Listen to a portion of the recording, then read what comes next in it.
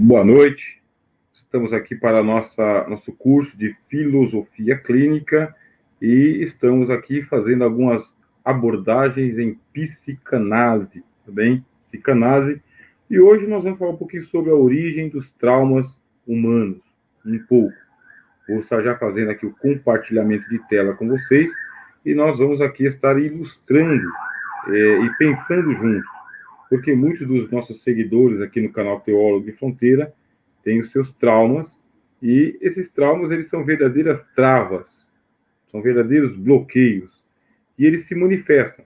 E nem sempre um trauma se manifesta de uma maneira que dá para saber que é um trauma. Ele vai se manifestar de uma maneira chamada psicossomática. O que é uma manifestação psicossomática? É quando o inconsciente ele domina o corpo, e esse domínio dele, que é um domínio inconsciente, ele faz com que o corpo ou adoeça, fique com dores, fique com manchas, ou tenha comportamentos que são comportamentos esquizofrênicos, esquisitos, estranhos, atípicos. São comportamentos que você não teria se o seu estado de consciência não fosse alterado pela invasão do inconsciente. Se você não sabe do que o professor Rogério está falando, precisa assistir às aulas anteriores do curso de Filosofia Clínica. Aí você vai saber que nós falamos que nós temos o consciente e o inconsciente. E o inconsciente, ele é representado por um bloco de iceberg que fica submerso debaixo d'água, só aparece a ponta, e o inconsciente ele faz uma invasão alienígena. Essa é uma subversão. O que é subversão? É quando aquilo que está por baixo, ele toma conta da consciência em cima. Aí você é subvertido, tem comportamentos atípicos, estranhos, e o problema é que você, por causa do trauma, não sabe o que está acontecendo. Eu vou exemplificar para você aqui, vou fazer o compartilhamento de tela, espero que a nossa aula seja bastante proveitosa para vocês nesta noite. E nós utilizamos aqui uma das ciências chamadas psicanálise, para que através dela a gente possa acessar o inconsciente. Por isso, quais são os objetivos da psicanálise? Liberar materiais inconscientes anti-inacessíveis.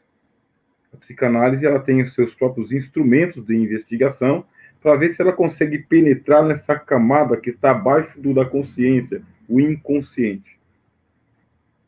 Ela vai se servir de várias metodologias justamente para ir lá onde está a origem do trauma, de modo que se possa lidar com eles conscientemente. Qual que é a ideia? É trazer o tubarãozão que está lá embaixo para a margem do oceano.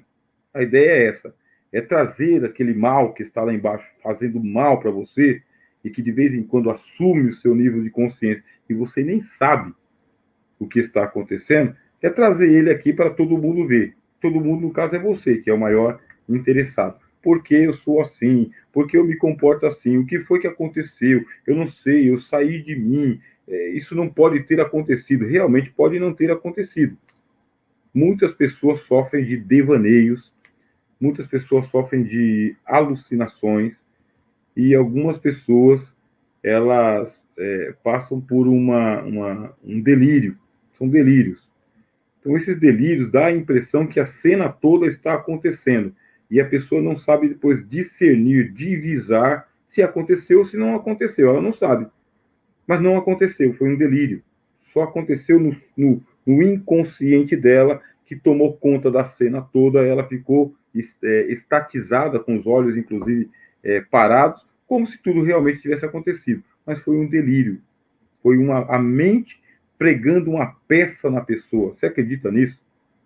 Que a mente criou uma realidade alternativa e colocou a pessoa para viver aquela realidade alternativa, envolvendo inclusive outras pessoas, sem que ninguém saiba. Não, isso não aconteceu. Como aconteceu? Como não aconteceu? Aconteceu. Viagens, sonhos, um monte de coisa acontece no mundo do inconsciente, avançando no nível do consciente. Vamos lá ver o que está reservado para nós aqui hoje em nossa aula.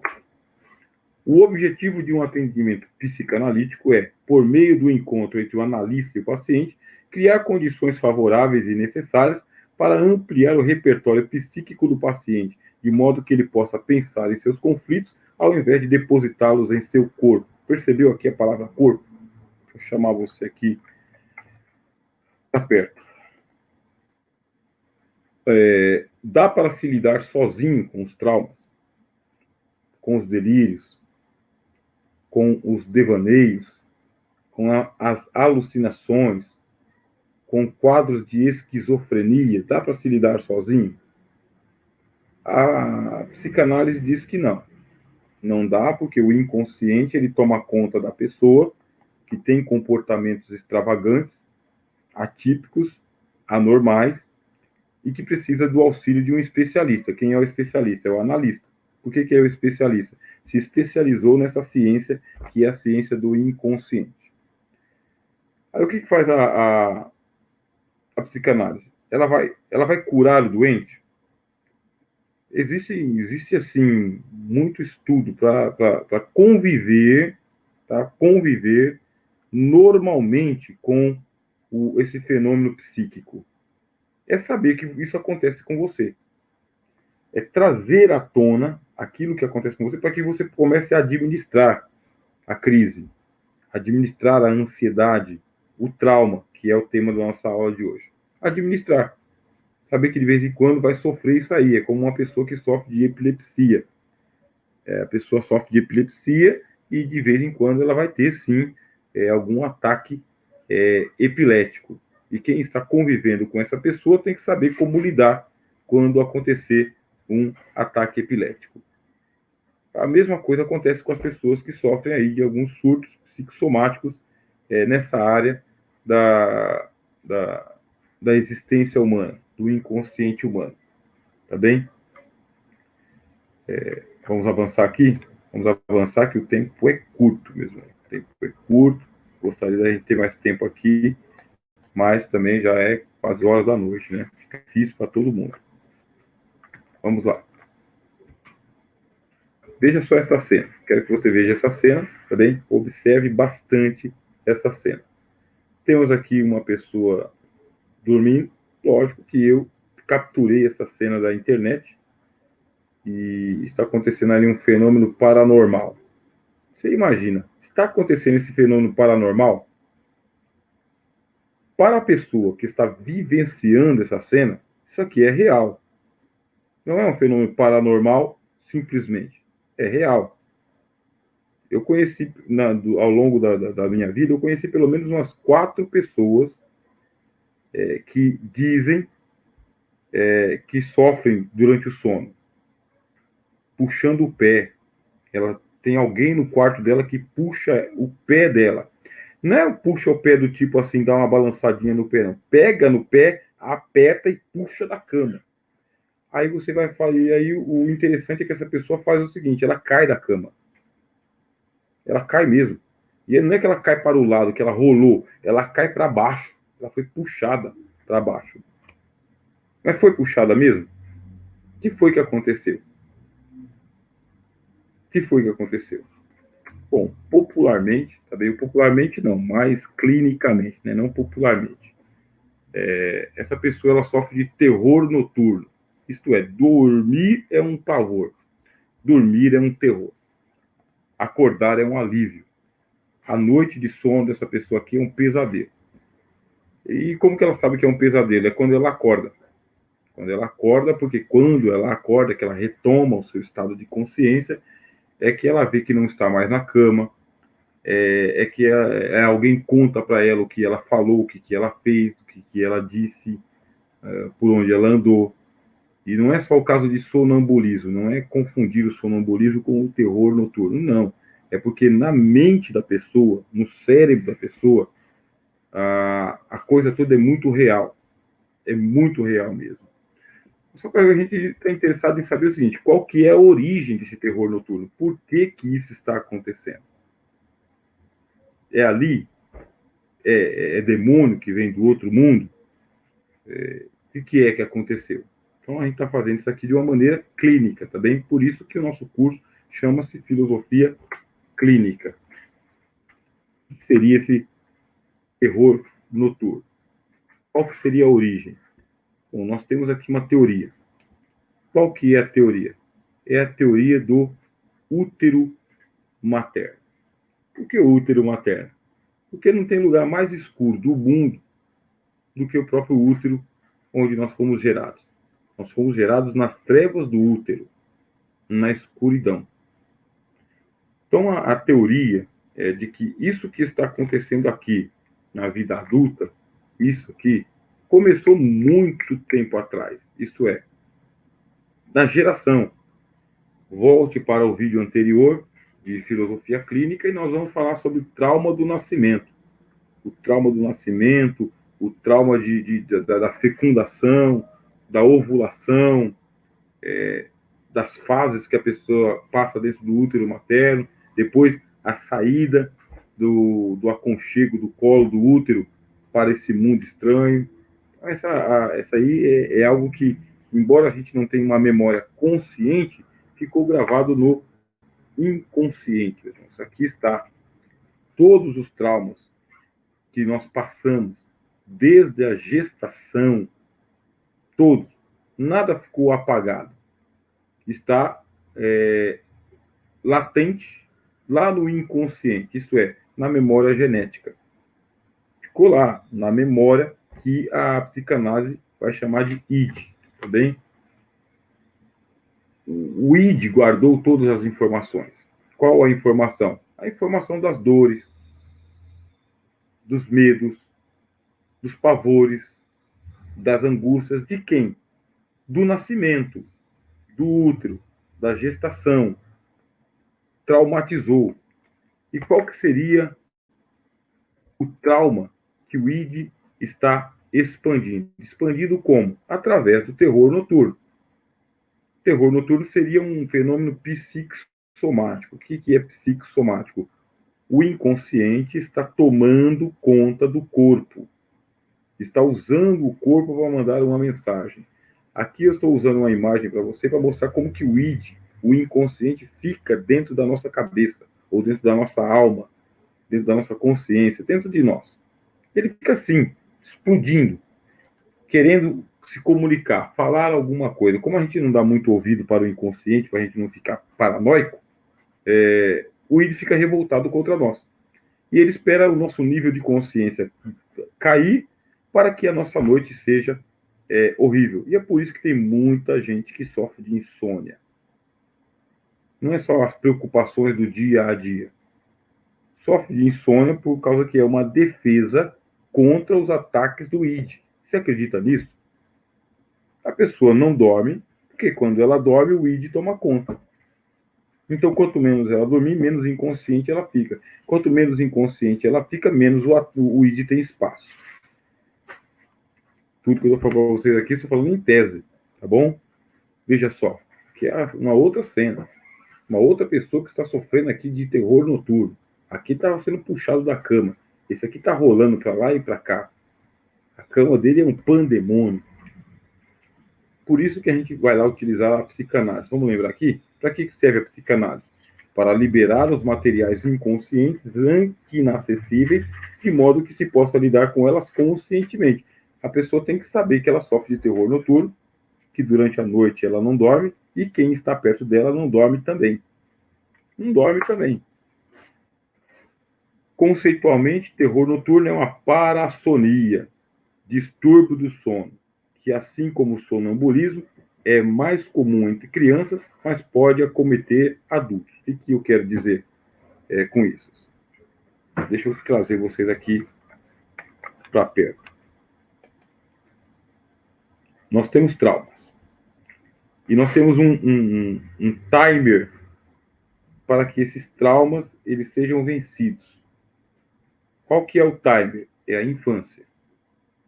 Então, a infância é o timer para que as parassonias, como o terror noturno e o sonambulismo, se manifestem.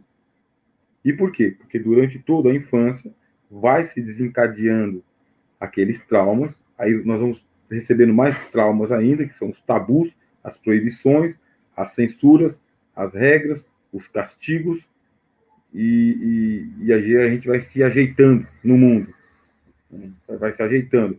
E o inconsciente vai fazendo o quê? O inconsciente ele vai traumatizando as experiências ruins e o inconsciente vai absorvendo. Só que ele vai absorvendo, sabe, como uma jiboia que engole o boi, sabe? Demora para aquilo ali ser digerido, demora. E a gente tem esse timer da infância, porque quando terminar a infância, ali nos 12 anos de idade, 13 anos de idade, quando terminar, a gente está pronto para ter uma vida adulta dentro do mundo dos adultos. Se ultrapassa esse timer, quer dizer, se o trauma não foi tratado durante o período da infância, que é uma traumatização natural, para você viver em paz, mais ou menos, se passa esse trauma, esse timer, se você leva da infância para a adolescência, da adolescência para a juventude, e da juventude para a vida adulta, aí é aquele negócio que papagaio velho não aprende a falar. O que significa? Fica mais difícil curar. Quanto mais tempo demorar para se tratar desse trauma, mais doente você vai ficando durante a vida inteira, mais paranoias você vai desenvolvendo. Mais paranoias, mais neuroses, mais psiquismos. E vai ficando mais doente, porque é um carro de boi, sabe? Que vem para um carro de boi, e o boi puxa o carro e puxa outro carro. Quer dizer, é um trem. Se você não trata, vem outro, que vem outro, e aí você vai ficando aquela pessoa tóxica para você mesmo, ou nociva a você mesmo, ou agressiva contra você mesmo. Bom, deixa eu ver aqui quem está por aqui, para a gente retornar. Vamos lá. Vera, André, José e Anice.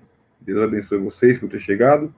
Essa explicação tem algo a ver com sonambulismo? Tem algo a ver com sonambulismo, mas não é sonambulismo. Terror noturno não é sonambulismo. É uma parassonia, como nós vimos aqui, que é um distúrbio do sono. Existem várias espécies de distúrbio do sono. O terror noturno é uma espécie, sonambulismo é outra espécie.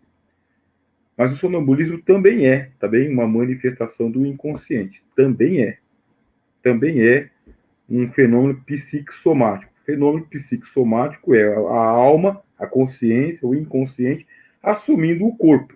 Isso aí é um fenômeno psicossomático. Erlan, professor, é muito difícil. Jesus tenha misericórdia desse povo. É muito difícil. Tenha misericórdia de todos. Refúgio.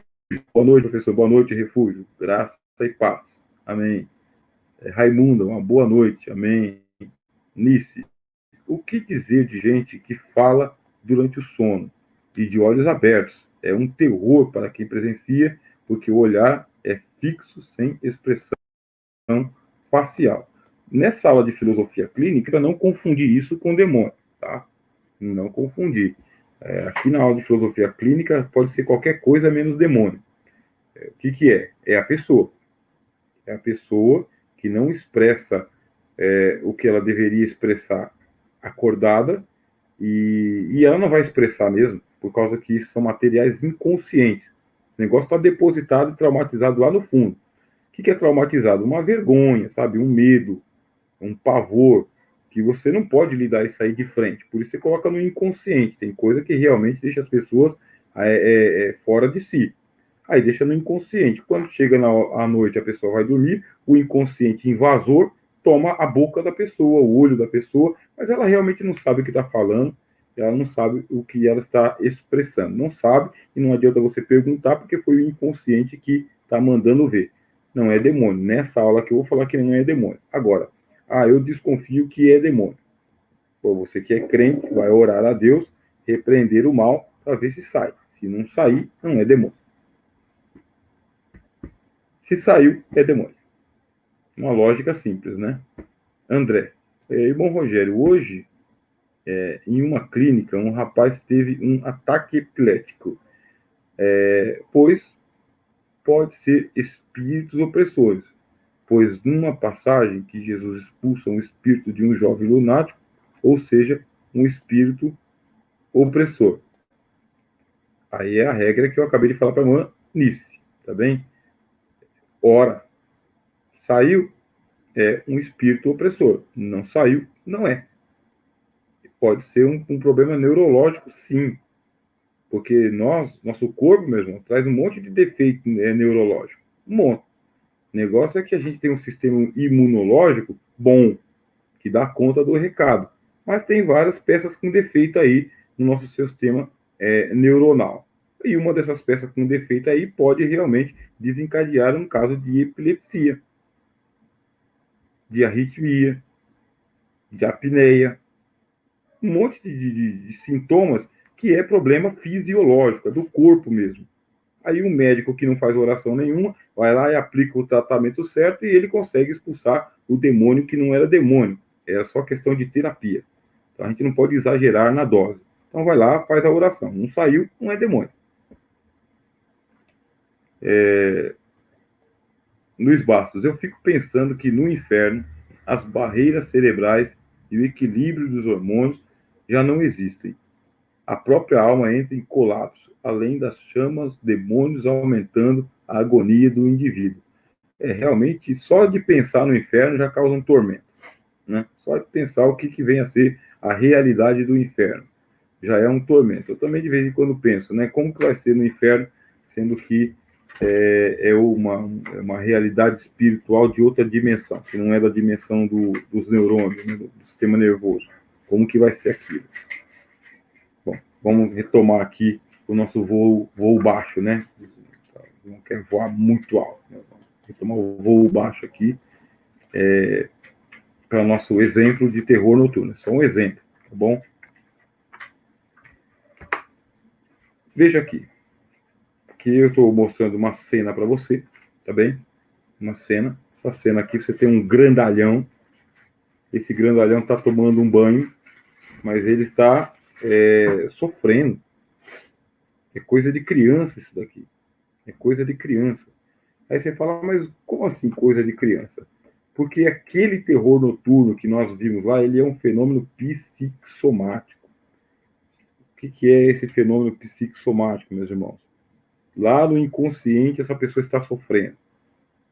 O inconsciente dessa pessoa está doente, está oprimido, deprimido, reprimido, represado, recalcado, traumatizado, bloqueado, cerceado, ameaçado. No inconsciente. Aí você fala, tudo isso? Sim. E onde isso se desencadeou? Isso pode ter se desencadeado com um simples cala a boca, sai daqui, quando era criancinha. A criança queria expressar um desejo, uma vontade, uma arte qualquer, e recebeu um cala a boca, sai daqui. E esse cala a boca, sai daqui foi reprimido, foi recalcado. O id da criança naquele momento queria se expandir, mas aí recebeu um choque. E recebeu um choque forte, porque o cala a boca, sai daqui veio de uma pessoa que ela não esperava. Porque a mãe, ela é símbolo de quê? De cuidado, de carinho, de mama, né? De mama. A criança mama nas mamas da mamãe. Por isso que é chamado de mamãe. E a mesma mamãe que dá a mama para a criança mamar, disse um cala a boca, sai daqui. Quer dizer, quem é essa pessoa? Me ama ou não me ama? Me odeia? A criança não tinha como falar isso aí, né? Porque o cala a boca, sai daqui foi muito forte, virou um trauma no inconsciente. E agora? Quando que isso vai se manifestar? Temos um problema aí pela frente. Nós consideramos que por trás da simplicidade de fenômenos comuns pode haver causas bastante complexas e nossas teorias devem ser consideradas como contribuições que nos ajudam a pensar e auxiliar os pacientes. A gente está com a seguinte pergunta. Nosso problema aqui não é o terror noturno. Nosso problema não é a pessoa se balançando na cama. Nosso problema não é a pessoa caindo da cama. Nosso problema é saber o seguinte: onde isso começou? Aonde foi que isso começou? A gente tem que bater na raiz desse fenômeno. Por isso que um dos objetivos da psicanálise é revelar os complexos reprimidos. O que é que foi reprimido na infância? Por causa do desprazer e que produzem sinais de resistência e tentativas de levá-los à consciência, finalizando assim sua ação sobre o indivíduo. Nós queremos saber o que é que foi reprimido. Foi reprimido e traumatizado. E se revoltou, porque a repressão lá no inconsciente está revoltado. Você lembra da cena do id que eu mostrei para você? Pulsionando? Eu vou pular essa parte aqui, tá? Não vai dar para mostrar para vocês, mas eu conto o complexo de Ícaro. Tá vendo? Complexo de Ícaro, mas depois eu vou mandar esse vídeo aqui exclusivamente para vocês. Está aqui no canal Teólogo de Fronteira. Complexo de Ícaro, resumindo, o Ícaro recebeu asas de cera. O pai dele, Dédalo, fez asas de cera para que ele pudesse fugir da ilha de Creta.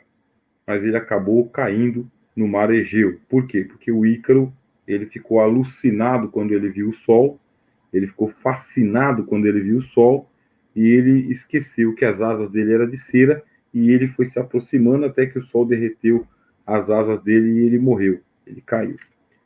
Aí surgiu o chamado complexo de Ícaro, tá bem? E qual que é o complexo de Ícaro? É a fascinação. Bom, você fala fascinação? Sim. Esse terror noturno que o nosso personagem está sofrendo aqui tem a ver com um bloqueio que ele recebeu na sua infância. Ele tinha uma fascinação, é uma teoria, tá bem? Pode ser uma teoria. Ele tinha uma fascinação, essa fascinação foi bloqueada, foi recalcada, foi reprimida, não foi satisfeita, e agora essa fascinação ela está reclamando atenção. E é por isso que a nossa personagem aqui sofre de terror noturno. Tem alguma mensagem que está sendo enviada para ele aqui através do terror noturno. A fascinação foi reprimida. Qual que foi a fascinação que foi reprimida em Ícaro? O desejo de ele tocar no sol. E como ele não pôde tocar no sol, porque o sol queimou as asas de cera dele, ele acabou morrendo por causa disso aqui. Bom, no nosso exemplo, a pessoa não morreu, mas está lá no id. Tá? Ó, o id está expandindo a fascinação reprimida. Terror noturno não é terror noturno só. O terror noturno está ligado diretamente com um problema de infância. Uma coisa que aconteceu lá enquanto era criança. E pronto. Isso não foi resolvido, a resposta não foi dada, e aí ficou sabe aquele desejo de vingança que a gente tem? Sabe aquela sensação de injustiça? Não está certo, isso não poderia ter acontecido. Aí é que vem o ódio, meu.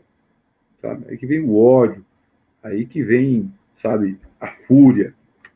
E vai ter que se manifestar de um jeito ou de outro. Por isso que a gente chama de fenômeno psicossomático.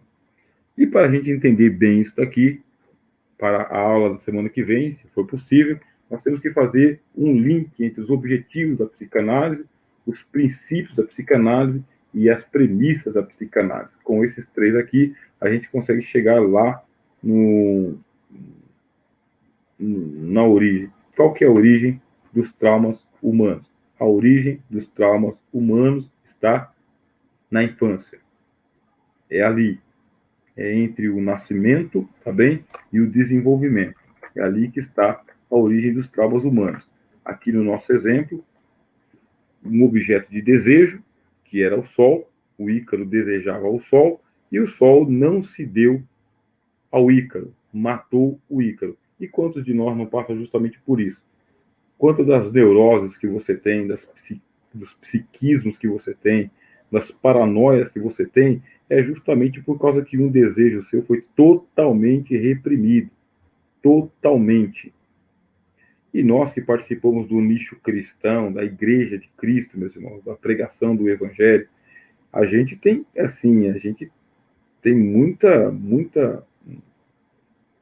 muitos neuróticos que ensinam a palavra de Deus. É muita gente reprimida que ensina a palavra de Deus, muitos censuradores e moralizadores que ensinam a palavra de Deus, mas não estão ensinando a palavra de Deus.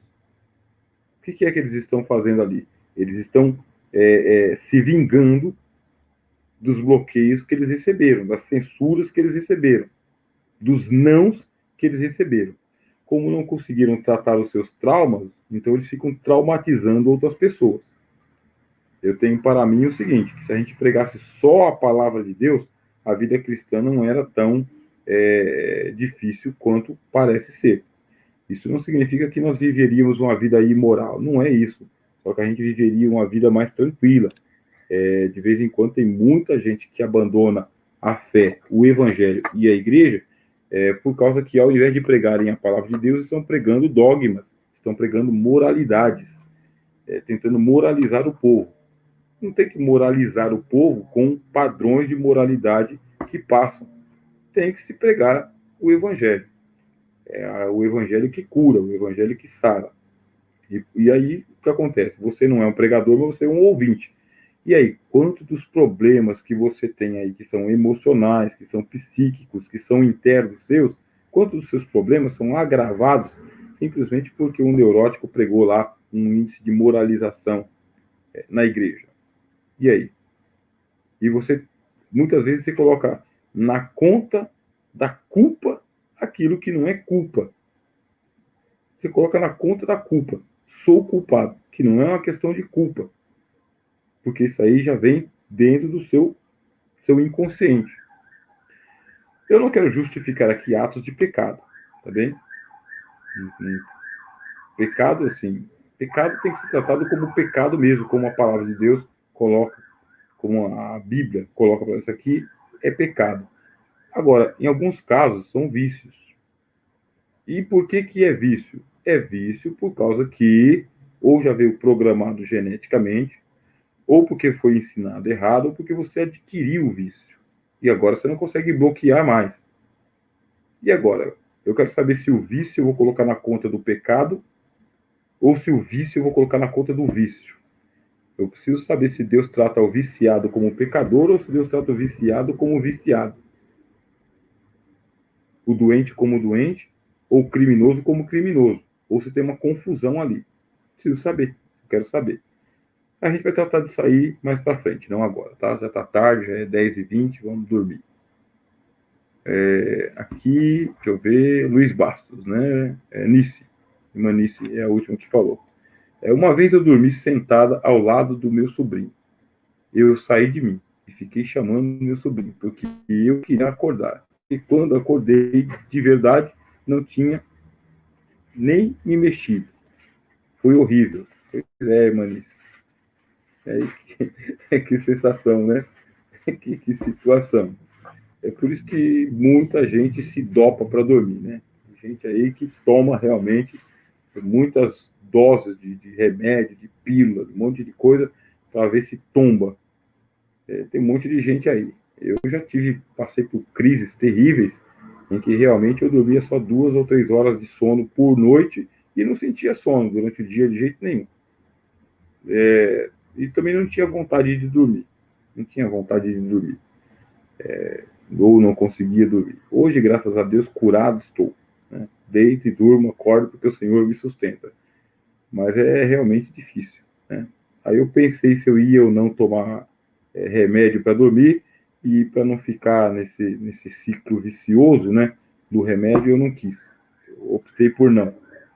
Orava e esperei a crise passar. E Deus teve piedade. Tá bom, meu irmão. Deus abençoe. Obrigado pela presença de vocês. Se matriculem no curso de Ciência da Religião. Estou esperando vocês, tá bom? Boa noite, boa quinta, boa sexta, bom sábado e domingo.